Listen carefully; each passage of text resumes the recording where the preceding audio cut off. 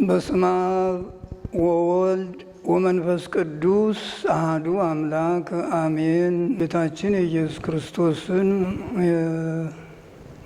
የሰላሙን መስቀለ ሰላም፣ መስቀለ ብርሃን፣ የብርሃን መስቀል፣ የሰላም መስቀል፣ የድህነት መስቀል፣ የሥራ መስቀል በዓለም ያላችሁ በመላው ዓለም በሀገር ውስጥም ከውጭ ሀገርም ያላችሁ ሁሉ በየገዳማቱ፣ በየአድባራቱ፣ በየአብያተ ክርስቲያናቱ በመላው ዓለም ያላችሁ ደግሞ በየትምህርት ቤቱ፣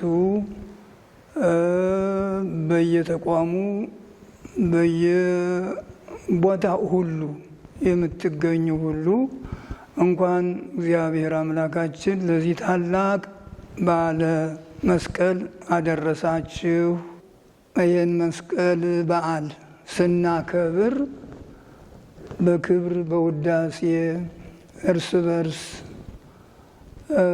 በእጅ በመነሳሳት ሰላምታ በማቅረብ እንኳን አደረሰ ወንድሜ፣ እንኳን አደረሰሽ እህቴ ተበብሎ ሁሉ በፊትና የሚያከብረው በዓል ነው። ሁላችንም ባህሉ በጣም ደስ የሚልና ሕዝብን የሚሰበስብ ሕዝብና ሕዝብ ደስ የሚሰኝበት ወገንና ወገን የሚገናኝበት እንኳን አደረሰህ የሚባልበት ይሄ ታይቶ በመስቀል ላይ የተሰራው ስራ መስቀል ያስተባበራቸው፣ መስቀል ያስታረቃቸው ሁሉ ተግተው ነቅተው ስንፍናን ትተው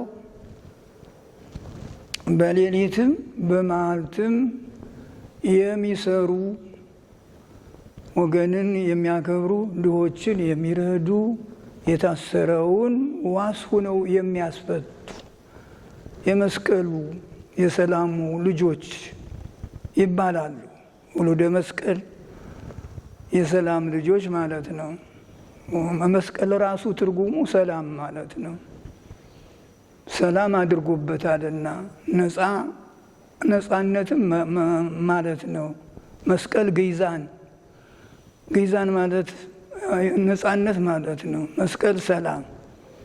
መስቀል ሰላም ነው እና እንግዲህ አእምሮ ግይዛን ያለው ወጣቱ ትውልድ አበው ቀደምት አሁንም ያሉት በየቤታቸው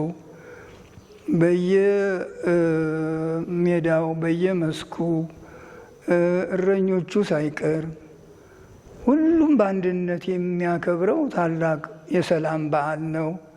በመላው ዓለም በእኛም ይልቁንም በሀገራችን በኢትዮጵያ ያሉ በሰላም በአንድነት በትብብር በመቀራረብ ገጽ ለገጽ በመተያየት ፊትን ብርሃን በማድረግ ፊታቸው በሰላም ተሞልቶ ነው። ሰላም ያልያዘ ሰው ፊቱም ይታወቃል ይላል መጽሐፍ።